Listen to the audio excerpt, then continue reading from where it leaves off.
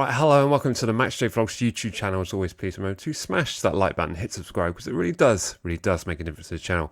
We're here today for another opposition preview, and we have the good pleasure of having Mr Paddy Murphy joining us from the Liverpool side of things. So, Paddy, how are you doing? Keeping well? I'm very good, keeping well. We've had somewhat of a turbulent season, but we're in a good place. But I'm personally, I'm well. On yourself?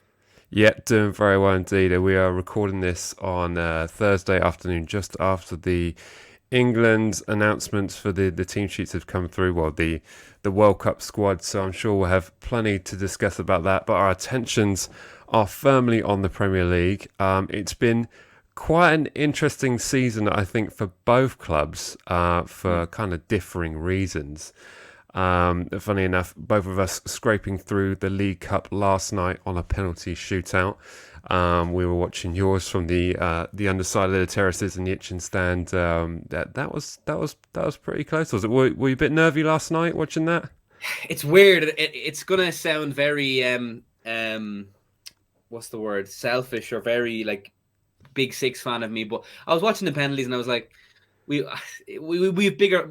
We need to. The Champions League and the Premier League is the be on and end all. If we had got knocked out, it would have been difficult. But with Queevy and Kelleher in goal, Right. anything is possible. As you, Yeah. and as you may know, Irish goalkeepers are our strong point. So yeah, it was a great penalty victory. But we're into the half for the next round. That's all that matters. Yeah, absolutely. And with all the London clubs disappearing in that round, it's going to be quite a thing going forward there. I mean, I think your side, you were fielding kind of a not quite a first team squad, and we definitely Yeah. were fielding a first team squad, so it's a little bit more embarrassing on our side. But anyway, on to the Premier League. Just looking at the start of the season, I mean, it's a differing start to the campaign. But what aspects have really hurt Liverpool this season, in your opinion? The midfield, the Okay. midfield is the key kind of point that's been faltering no end. It stems from like FSG. There's a talk about our own at the moment. They haven't invested enough, and we're stuck with players who realistically shouldn't be anywhere near our squad. James Mm, Milner, great servant, but you know let's call a spade a spade. If he's starting away at Old Trafford, there's something wrong. Jordan Henderson, another player who's been a great servant, but I think we've outgrown him. And Naby Keita made of breadsticks. Thiago, as good as he is, he's our best midfielder, but unfortunately, he's had a tough time. mm, Yeah, just the midfield is a chasm, and it's a shadow of its former self. Fabinho being the biggest shadow, he has right. really fallen off a cliff form wise. But in our system with Klopp, the midfield is the engine, is the key cog. So yeah, the midfield has faltered massively. Yeah, yeah, absolutely. I mean, you touched there briefly on the ownership. I mean, of course, there was an announcement earlier in the week that they are looking for new investors. I think it's a funny way to call selling your house, but it sounds like the. I mean, how do you feel about that? I mean, is that something you're worried about, excited about? I would say nervous excitement. I think initially I'm glad to see FSG selling up. They've been good owners that have brought us from the brink, and they're a good owner to progress to a certain degree. But we've firmly outgrown them now. They don't have the Hmm, financial kind of might to really compete how we need to compete. But I think it's time to part ways, and looking for investors. And they can't come out and say they're desperate. Clearly, they're going to right. sell if the right offer comes in, but. It's also we have to be put into the hands of the right people. I think they're in this current climate, the sport washing aspect, the human rights. I firmly do want a clean owner, as clean as you can get. Hmm, But I want to compete with these states, which is it's a shame football has gone that way, but it has. And if you can't beat them, join them. Um, yeah. I just want to see. It sounds crazy, but as long as they have double-digit billions, I'm happy enough. So you're not too fussy along the way. Not, It's yeah, funny you should mention that though, because me and Jack were chatting last night after the game about how that kind of ownership will be welcomed at Anfield. Because you have a very loyal fan base that are very true to their values and very strong opinions on certain aspects, yeah. and so it's interesting for you to say that. But I from my perspective, you kind of look at the oil tycoon billions that have been spent out there in football and the ownership, and it's changing the landscape. And for you to even compete at that level, it's kind of an impossibility not to look in that direction. Absolutely, and you look at Newcastle, who like the trajectory they're going on is crazy. Albeit they haven't actually spent a whole lot of it yet, but Hmm. you can only imagine if they were to somehow get into the Champions League this early ahead of schedule, like they are going. They're going to break it. They're going to break, like, cause they're backed by so much. And I wouldn't want that. Like Saudi Arabia, I mean, without getting too political, I don't want this. I don't want to get taken over by someone who has such clear kind of human rights atrocities. I do want a clean owner. The fans do want someone clean.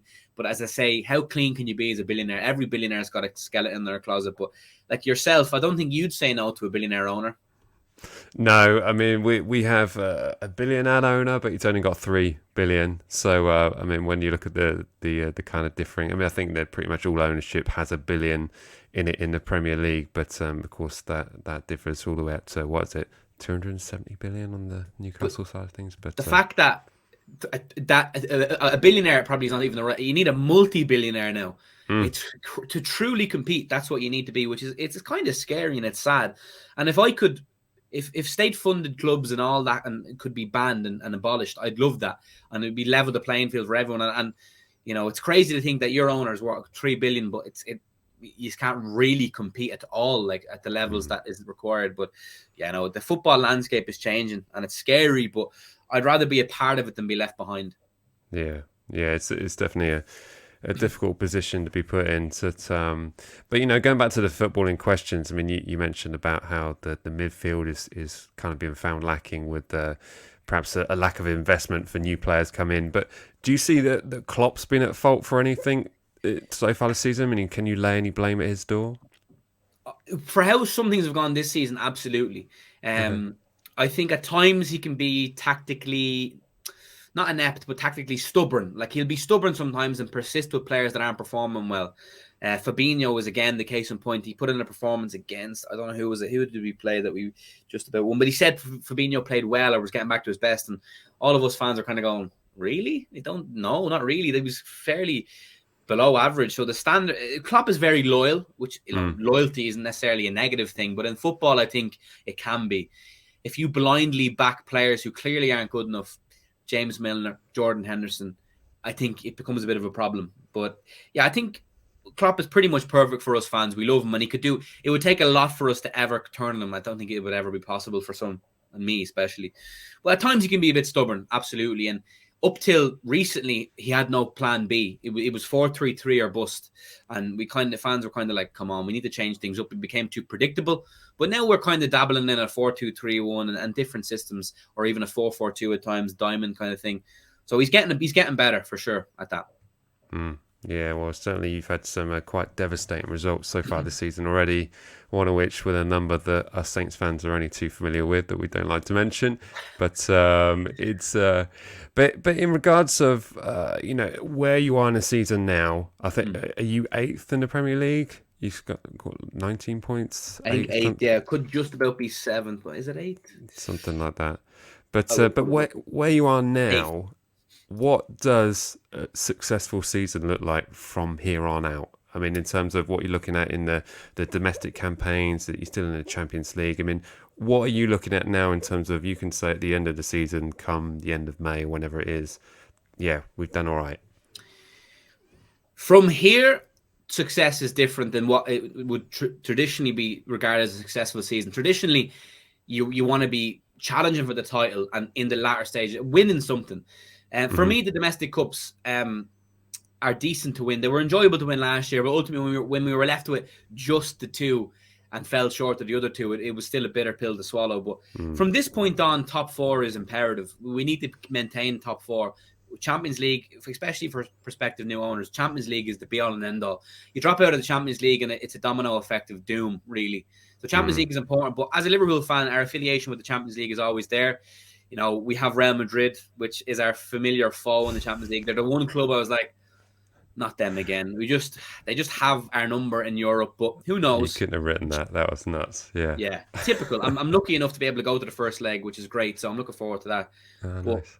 yeah, the Champions for top 4 at the minimum from this point would be a success. Yeah, and a run in the Champions League. Whether we win it, who knows? But we always do well in there. Yeah, absolutely. And then moving over to the Southampton squad. I mean, what's your thoughts on Southampton this season? I mean, we've had a change of manager. very recently, the beginning of the week, after a disappointing loss to a very in tune Newcastle. I'll stop using that pun eventually. But I mean, from an outsider looking in on our season, I mean, how do you perceive Southampton so far? I think it's a shame it hasn't worked out with Ralph Hasenhüttl, because he always seemed like a very likable character and a great guy. And I think a lot of Southampton fans wanted him to do well, but ultimately kind of has just faltered. I think you look at that squad and there's some real good players in there, individuals like, of course, Gavin Bazunu. I'm going to be biased. We love Gavin. I'm lucky enough to actually know Gavin and talk to him. So as soon as he signed, I wanted to keep a keen eye on you. Oh, nice. You look at Bella Kotchap. I think he's quality. He's going right to the top. You know, he's had some great individuals, but I just think he's lack. I think your forward line lacks. I think you lack a proper striker. You know, you haven't the prolific goal scorer at this level. You really lack, and that's really hard to come by. But I think that is as simple as it gets. And losing Danny Ings when he's did has been tough. I think if you have even him in there, like Theo Walcott leading your line, probably isn't the way to go in the 2022. But people from the start of the season, people are like, who do you think is going to get relegated? People were saying Southampton. I kept saying no, and I hope you don't. But it's not been. You're not in a good position right now. But this new manager from Luton, is he good enough? Are you happy with him? I don't know, but I think he's have some good players in there. But I just think the key problem is you've no number 9, no proper good striker. Yeah, you've pretty much hit the nail on the head, in my opinion. It's you've smashed it out of the park. Yeah, I mean, losing Danny Ings was devastating for us, but we were actually saved by, I think, Armando Broja coming in on loan. Yeah. But we lost 2 strikers at the end of last season. Broja went back to Chelsea. I mean, I'm going to bring Shane Long because he is technically still a striker, but was tricky. And now we're left with Shea Adams, who can be decent on his day, works incredibly hard, but ultimately, yeah, we're missing target man up front. But to answer your question in regards to my opinions on a new manager, it kind of jury's out really. I mean, he's brought Luton up from, I believe, League Two and into a mid-table Championship side. So he's someone that the Sports Republic, the ownership of the club, have had their eye on, and I believe was first in line ahead of Thomas Frank for the Brentford job back when Rasmus was looking at him. So it's not something that is kind of like a rush decision, but is something that's been in the pipeline for him. But who knows? You know, your guess is as good as mine in terms of what we're going to see. I mean, some of us Saints fans watched Luton versus Stoke on, I think, Tuesday night, thinking we were going to see some wonderful football. Wasn't to be, but you know, it's like you say, we've got some decent players in our squad. So who knows? Things could change, but you couldn't get a tougher test on your first day at work, could you? It's going to be a tough one, that's for sure. It's a must-win for both clubs for different reasons. I think for us to win on the cusp of the World Cup break is huge for confidence. I think we've had those that Leeds and Nottingham Forest result really kind of knocked the wind out of us. But I said on a stream the other night, I hope we win, but 1-0. And because Gavin Bazunu in net. He's a great goalkeeper. We love Gavin at Ireland. What do you like? I think we'll win, but I think it'll be tight. 2-1 is what I'm going for. Wow, straight in there. Yeah, it's. I mean, actually, whilst we're on that, let's do the score predictions and then move on with the other questions. So you're going for a 2-1. Yes. I've jumped the gun there. I realise you probably were waiting for later on. I do apologise, but 2-1. I think you have to be careful of a squad with a new manager. Every player in the squad is now auditioning for this manager, and that will do a lot for a player's kind of own kind of effort. And Liverpool have been outran a lot this season, and they're Southampton could very well outrun us and outwork us if we're not on it. So it's very possible Southampton could they will provide a stern test. And Liverpool fans who say 4-0, 5-0, 6-0 are very silly. And I think it'll be a tough test, but I think we should have enough quality to get the job done. In all fairness. Respect to that. I actually agree with you with the 1. I think, but I've got back my boys, and again, I'm going to be booking in for a 1-0 away win. It's the way we'll probably do it if it's done in terms of like snatch a goal and shut up shop, with our centre halves at the back there. But it's going to be tough, and we've beaten you 1-0 in the past, albeit at St Mary's. In the League Cup, I believe we've done it at Anfield before. So that was when Lovren scored the winner, wasn't it? Yeah, it has happened. So there we go. I'm going to be giving A 1-0. A 1-0 indeed. But you mentioned there a previous Southampton player. I kind of pains me to ask this, but I kind of have to. Is there a favourite Southampton poach that you've had? Out of all the billions of players that you've nabbed off us, is there one that you thought, yeah, that's a winner? Sadio Mane. Right. Of course. I mean, Sadio Mane. Well, he's gone on to be the best, the best. But Sadio Mane has been unbelievable. We had a few. We've had some good, some bad. Ricky Lambert, Adam Lallana, he was a good player, but just didn't kind of go to that next level under us. But yeah, I think Lovren was decent at times, but he had some kamikaze defending in him, it's safe to say. But Sadio Mane, I think, he was so good for you guys as well. Quickest ever Premier League hat-trick there. And was so good for us, and we miss him. I think he is like slowly but surely kind of declining, and there's a lot of revisionism over Mane leaving us, and you would be better with him. Sadio Mane wouldn't make a difference to this current squad right now. I think he kind of his days on the left side were numbered. He couldn't beat a man anymore. He firmly was kind of past his best. Klopp kind of put him into the middle, and he was doing a little bit better, but he still missed a lot of sitters. But he's a great footballer, and I would constitute him as a Liverpool legend. I know that's a bold claim, and some fans may disagree, but definitely for me, we love Sadio at Liverpool.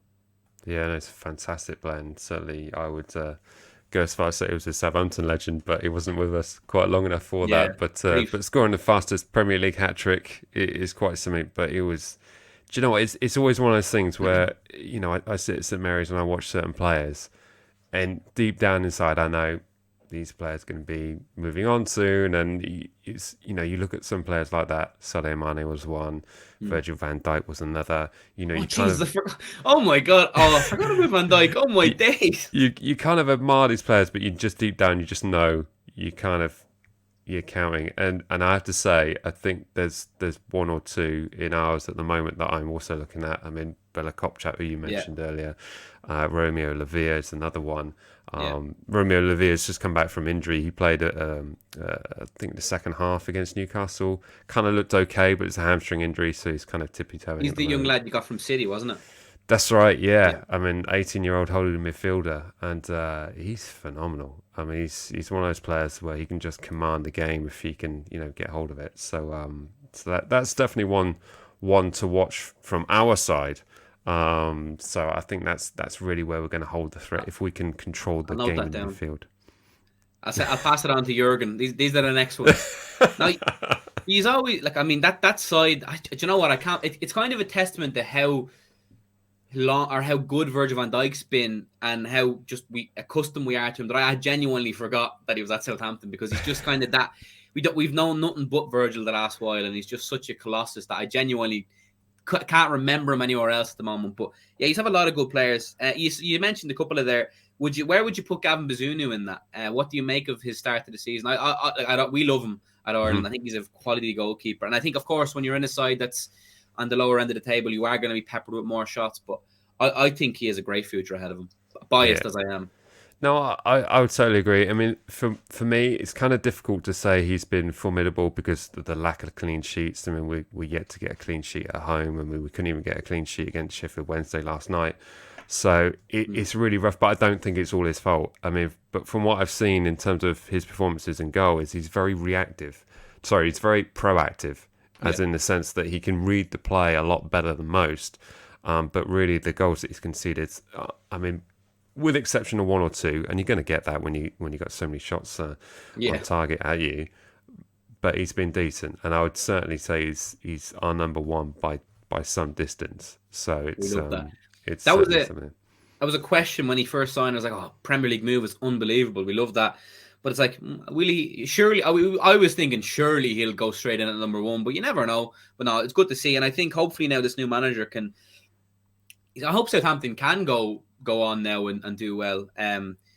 It's intriguing, but yeah, Bella Kotchap. I think if someone was to ask me who was the one player at Southampton that you would be looking at, I think Bella Kotchap could be a tidy one. I think he's very raw, very young, but he's only going to improve. And for a centre back, he's not even near his prime yet, so I think he's a really good future ahead of him.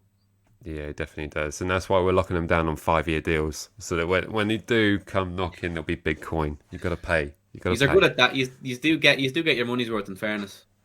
Yeah, we certainly like to. I still think Van Dijk was a bit of a steal at 75 million, but there we go. You did Yeah.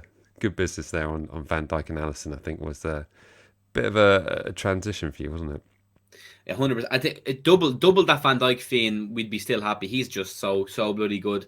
So he transformed the defense, and he transfer. I think because he transformed us so much, his stock rose with that as well. People were like, "Wow, God!" So we're hoping for a similar transformation to our midfield with Jude Bellingham potentially. But yeah, Okay. we've had some since Van Dijk arrived. We've had some good fun. We've won it all, but it's a shame because we should have won more. But when you're dealing with Man City, the fine margins count, don't they?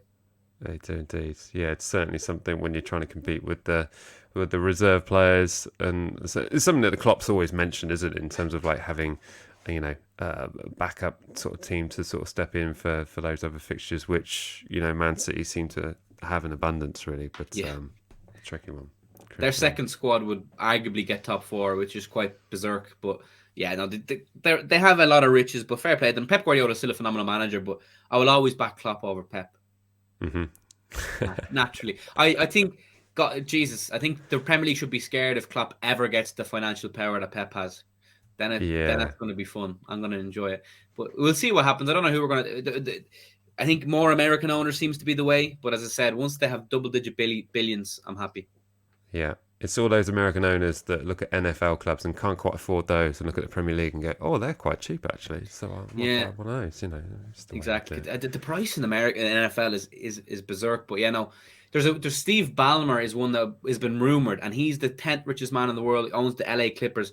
He is my choice. If I pray that we can get this man in the door, he'd be a good Wow. one. 70 billion. I think it's a nice number. Wow. Yeah, it's funny you should mention it in terms of like the financial power if Klopp had it, because I saw a stat. I think Simon Jordan shared it on Talksport, so you never know if it's true or not. But basically saying that if for every Premier League point that Pep Guardiola's got, it's cost City like 400 grand or something like that, and for every point that Klopp had got, it's cost Liverpool 200 grand or something like that. And Wow. so I did the flip side of that, and so for every point that Hassenhüttl's got Southampton, it's actually made us £82,000. So it Really? was, yeah, it's quite a Wow. fascinating thing if you ever look into it, but definitely worth a look. I did a TikTok on it, so it's in there somewhere with the actual numbers. So I'm not sure if what I Wow. just said is true, but it's definitely worth working out. But fun one for the statisticians out there. Absolutely. I like those sort of stats. Fantastic, good stuff. I mean, I guess the final bonus question I have for you was actually about the World Cup squad being announced. I mean, are there any shocks in there that you're looking at thinking like, didn't see that coming, or why have they been included? The omissions is more kind of what I was Okay, queried about. I think same. I think Ward Prowse can find himself unlucky. I know he has probably had an indifferent season, but the quality is kind of undoubted. And when Conor Gallagher is getting in there ahead of him, who's kind of been not great for Chelsea so far, I think Ward Prowse can find himself hard done by. Tomori, I think the omission of Tomori is bizarre. And I Mm, know people have justified it by saying, well, he looked very poor against Chelsea over two legs, but surely his league winning season in Italy with the Italian champions can probably override those two games against his former club that could have had emotion involved. yeah. As an Irishman, though, the worse squad picked, the better, and I hope every game is lost. But I'm happy to see Trent picked and Henderson. Obviously, I think both can probably feel a little bit lucky, Yeah. particularly Henderson. I would say hasn't Okay. had a great season for us. Now Trent hasn't either, but I think you can't deny Trent's quality, and he provides something completely different in terms of his skill set. So I'm happy for Trent because he's had an indifferent season in terms of his confidence. So yeah, as I said though, the worse squad the better, and I hope not one single point is won. Absolutely savage. Outrageous stuff. Outrageous. No, I pretty much agree with you in terms of some of those, like Conor Gallagher being a surprise option. But I guess Southgate's maybe looking at a squad of 11 and then seeing who else can I bring on in terms of like an impact who can change the game in terms of like do something creative. And as much as it pains me not to see Ward-Prowse on that team sheet, I'm looking at the performances so far this season, and why would you? In terms of like, I mean, he's going to be a great option for set pieces, for Yeah, penalties, for stuff like that.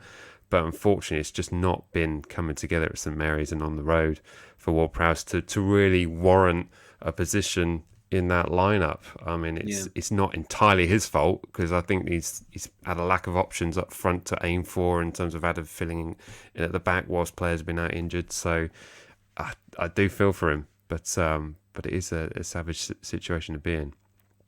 It is a good point. He probably wouldn't chalk Ward-Prowse down as an impact player. So in that sense, I suppose it does make sense. I suppose Calvin Phillips can find himself lucky, one Premier League appearance. Yeah. I think that's very much a gamble, but I think his quality is kind of undeniable too. Yeah, 63 minutes so far this season he's got in the England lineup. Yeah. Nuts. Quite Absolutely bizarre. nuts. Also, I think the inclusion of Callum Wilson is interesting. I think Ivan Toney would have been my pick, but I suppose the question marks over him and the bet and stuff probably is the reason.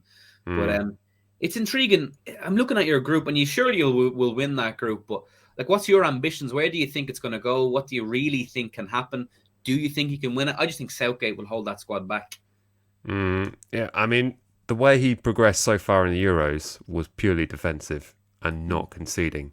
So I'm sure that's pretty much in his mindset going into the World Cup thing. Like, how do I stop the likes of Brazil and the likes of whoever, getting past? But in terms of where I think we'll get to, I mean, the way we've done it in the Euros and prior to that, I think anyone who's thinking less than the semi-finals, in terms of like, I think that's where most fans are looking at, thinking like, that's where we should be aiming for, and anything less than that would be kind of a backward step. However weird that is to think like a semi-final of a World Cup would be a bare minimum of a fan's expectation. But hey, this is an English football fan talking here, so the odds-on favourite right now. That's the way it works. To be fair, absolutely. Like you do enjoy aiming for the title straight away. But I think you should be aiming for that. Absolutely. I pray to God you don't win it. I was watching that Euros final last summer, and I tell you, you could have sworn I was born in the middle of Milan. How passionate I was for Italy, but it's just it's just a bit of banter between Irish and English, and I'm sure Gavin Bazunu won't be wishing any. Well, if Ward-Prowse was going, I'm sure Gavin wouldn't have been wishing true hope to him. But these are a good side. Hopefully Harry Maguire doesn't start for your sake. I don't know how he gets picked. I know he's decent for England, but he has that kamikaze defending, as we spoke about, in him, doesn't he? Yeah. It's a mystery to us all. I assure you of that. But I'm sure Southgate's got his reasons. But you're talking about people bantering you, but I've got plenty of people who I work with who are Italians, and literally the day after that Euro final, they came to a Skype meeting wearing a flag, literally like that, and having a green screen background, much like your own. With the anyway, I'm sure you can picture the mood amongst that. It was a fun one, that's for sure. Yeah, absolutely. But no, great stuff. Fantastic. Well, Paddy, thank you so much for joining me. And perhaps you can let everyone know where they can find you in terms of the socials. That I'll be putting all the links to Paddy's socials in the description of this video. Should be sure to check those out and smash a like and a follow and all those kind of things. But maybe just give an insight to all the stuff you generally do. Well, if any social media, Mr. Paddy Murphy is great. But if you want to hear me talk more football strictly, I suppose, Anfiled Agenda, exclusively live over on Twitch. I'm a proud member of there. So I rocked with this background because it has the Liverpool vibe as well. But yeah, if you want to hear more football talk, that's the place. But no, real honour to be coming on. And as I said, I love talking football, and it'll be intriguing. I sincerely hope that we do win, and I wish you no luck, but I know it'll be tough. And I wish Southampton all the best. And unfortunately, before the season started, I'd earmarked the final game of the season, which is against yourselves at St Mary's, and I was thinking, do I expel any connections I may have at Southampton to try and go there for potential title lift? But I think we can put pay to any of those ideas. But maybe we'll take a visit to the South Coast for that game, and we can have an old pint perhaps. That would be quite something to do. Maybe we could do one of these opposition things for the opposing game live on the South Coast. Absolutely love that, and we will, of course, be welcome. Let's discuss. That could be a very good chance, and hopefully, we'll probably need a final day win for top four maybe at that stage. So it could be a great day. Yeah, certainly be. And you can stay up on the same day. Beautiful.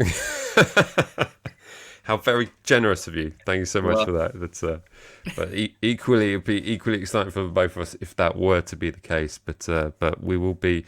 Well, I myself am travelling up to Liverpool on Saturday, so it'll be a 10-hour round trip for us all. So yeah, it's rough when you're on the edges of the country. You know, everyone in Newcastle has to travel all that way to come down south, and vice versa. We're literally pretty much in the sea down here, so it's going to be a 10-hour round trip. But hopefully, we can get something away at Anfield. But we're certainly looking forward to that. We shall see. We shall see. But thank you again for having me on, and good luck. Not really. Absolute pleasure. Well, Paddy, thank you so much for joining, and thank you all for joining us in the studio here. If you've got any thoughts on the games, be sure to put them in the comments section below. It's always fun to read through those, and maybe stick in your own score prediction for Saturday's game, 3 o'clock at Anfield. But as always, remember to like, comment, share and subscribe, and we'll see you in the next one. All right, see ya.